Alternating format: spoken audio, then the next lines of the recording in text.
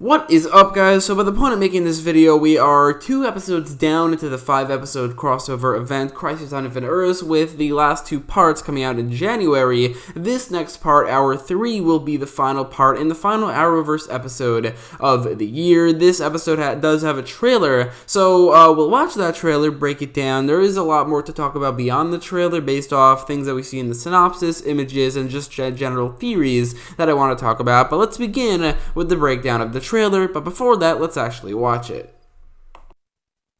Tomorrow, it's more action. I don't have time for this. More heroes. Someone call for backup? What do you need from me? Serve your higher purpose. And one more shot. This is the only Earth left. It's time for Flash to vanish. Crisis on Infinite Earths. The CW's crossover event continues tomorrow at 8/7 Central. So right off the bat, we see that Black Lightning is joining the crossover in this episode, and I'm guessing he's going to be appearing in this episode, episode 4, and episode 5. In spite of the fact that he actually appeared in the poster, he's only going to be appearing in, at most, 3 parts, and I'm guessing it's going to be all 3 of those parts, but I think we can basically determine what his main role in this crossover will be. So in the synopsis, it says that with the help of Black Lightning, the Flash, Cisco, and Killer Frost come up with a plan to save everybody. In this trailer, there are a couple shots of Barry running, and it doesn't seem like he's actually moving. He's running in place. We also see a shot from a previous trailer with a device, which you see the Earth 90 version of the Flash, Earth 1 version of the Flash, and Black Lightning standing next to something that looks like the Cosmic Treadmill from the comics in the original Crisis. The Cosmic Treadmill, which is a device that originally the Flash needed to use to time travel, was used in a much bigger capacity to time travel a whole multitude, a whole army of superheroes back to the dawn of time, where they had the big war against the Anti-Monitor, and it seems like that's what they're doing here. This is the plan that Barry, Cisco, Frost, as well as Jefferson come up with to go to the dawn of time, either stop the crisis from ever beginning, or maybe even stop the multiverse from ever existing, but at least fight the Anti-Monitor in the dawn of time. And Black Lightning's main use here is to power up the Cosmic Treadmill, because while the Flash does have lightning powers, it's a lot less concentrated, a lot harder to use, so Black Lightning would be the perfect person to use his powers. So that's why the Monitor specifically saved Black Lightning from the destruction of his universe, which we saw in the last episode of Black Lightning, which I didn't see that episode, I just saw that clip.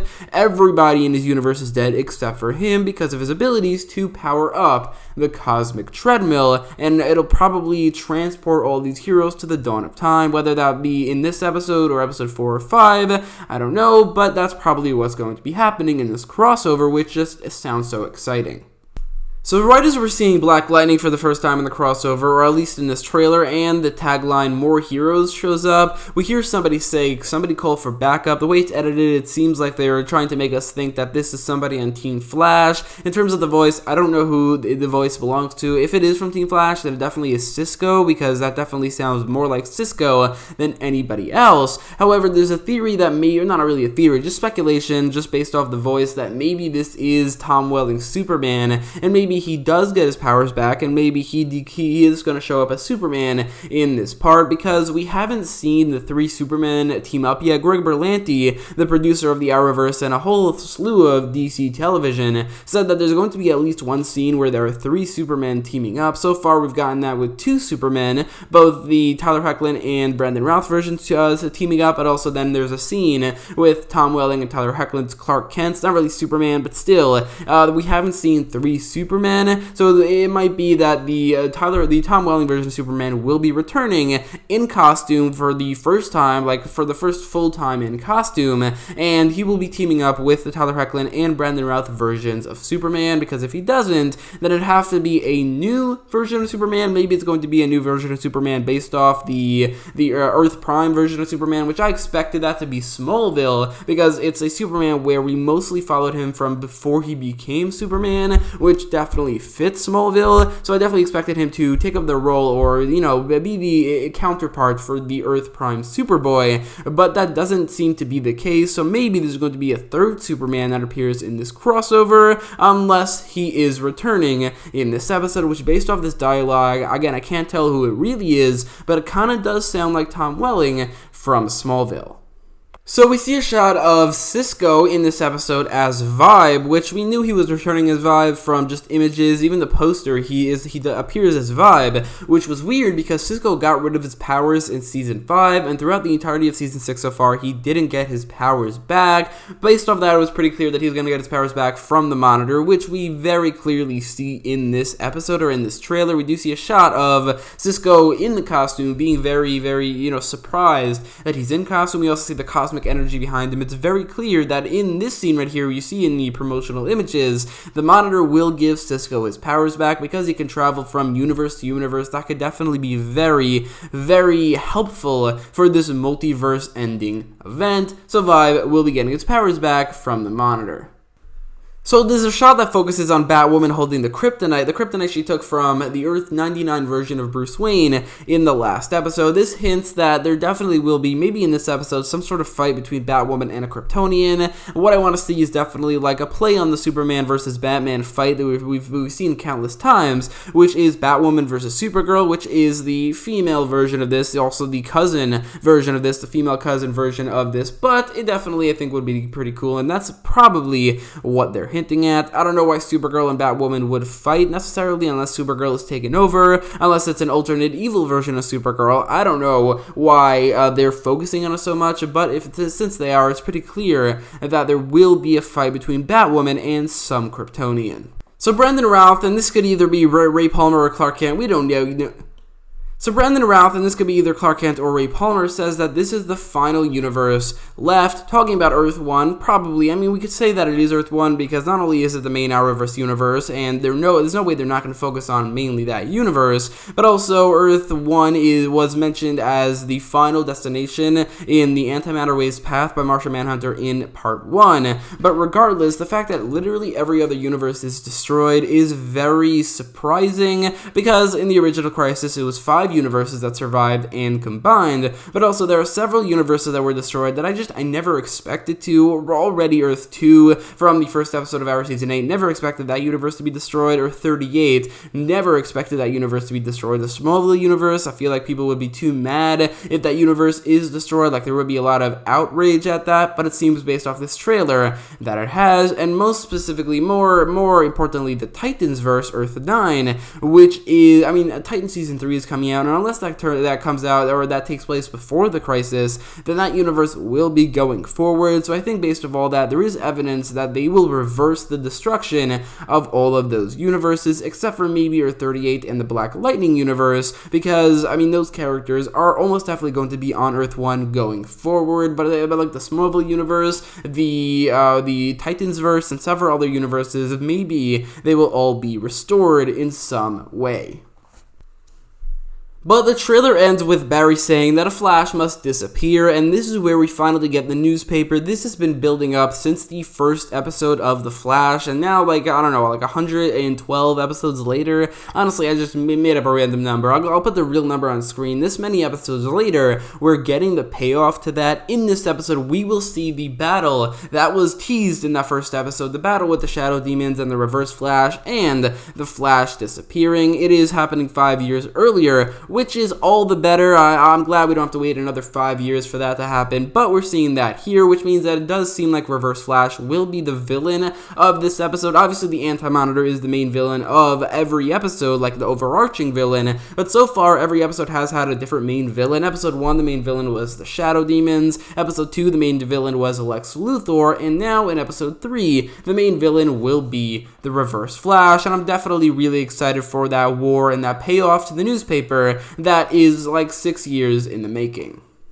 But with Barry saying a Flash must die, not I must die, or the Flash must die, definitely is a hint that he won't be, disappearing. It is a hint that he won't be disappearing, and instead, a different Barry Allen, a different The Flash, will be, and that will probably be the Earth 90 version of The Flash, replacing this one as the person who saves the multiverse and dies doing so, which is how The Flash will continue with Grant Gustin going forward, which is already basically confirmed. He was seen on set of numerous episodes of The Flash after the crossover, so he's not going anywhere, unless it's an alternate universe version of the character or something like that, but it does seem like Earth 1 Barry will not be dying. Instead, the Earth 90 version of Barry will, and I definitely think that that is what they're doing, and that's definitely, I also think, hinted at the end of this trailer, and this is probably going to be the only episode that John Wesley Shipp appears as the Earth 90 Barry.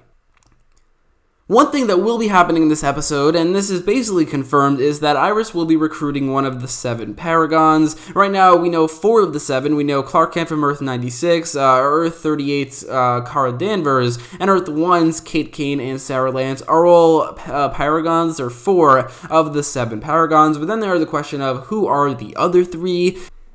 Oliver's storyline in this episode will be all about Oliver's soul returning to his body, but also seemingly maybe him becoming the Spectre. I went into very big detail about this whole theory about Oliver becoming the Spectre and where he goes from here in a trailer breakdown. It was a trailer breakdown for part 2 of the episode of the crossover. However, with Oliver returning, his body returning in the second part, everything I say about Oliver returning in that trailer breakdown, you could just completely disregard as Oliver's body returning and just consider as Oliver's soul returning, and it all makes complete sense. So if you want to know what everything I talk about there, then you could definitely check out that video in the top right corner of this one, as that whole part of the video, which is most of the video, basically counts as a trailer breakdown or a breakdown of this episode as well. One thing that will almost definitely be happening in this episode is the answer to who are the remaining Paragons. In part 2, we learned that Kara Danvers is the Paragon of Hope, Kate Kane is the Paragon of Courage, Clark Kent from Earth 96 is the Paragon of Truth, while Sarah Lance from also Earth 1 is the Paragon of Destiny. Then there are 3 Paragons remaining. I think we could definitely determine that Ryan Choi is going to be a Paragon. Iris West is going to have a storyline with him in this episode, which will be his introduction, and Mark Guggenheim said that Iris will be recruiting the 7th Paragon, and this is probably why Ryan is being brought into the crisis. He's going to be a Paragon, and what I guess is going to be the Paragon of is, I mean, it's definitely very hard to pinpoint. I mean, for the last 4, hope and courage are basically like emotions. Truth is a virtue, and destiny has nothing to do with any of that, so it's not really easy to determine what it's going to be, but I think Ryan Choi could be the Paragon of intellect or something. Maybe he's going to end up being like the smartest person in this version of the DC universe instead of what Lex Luthor typically is, so maybe that's what Ryan Choi is going to be, but that does leave the last 2, which I think is probably Black Lightning and Barry Allen.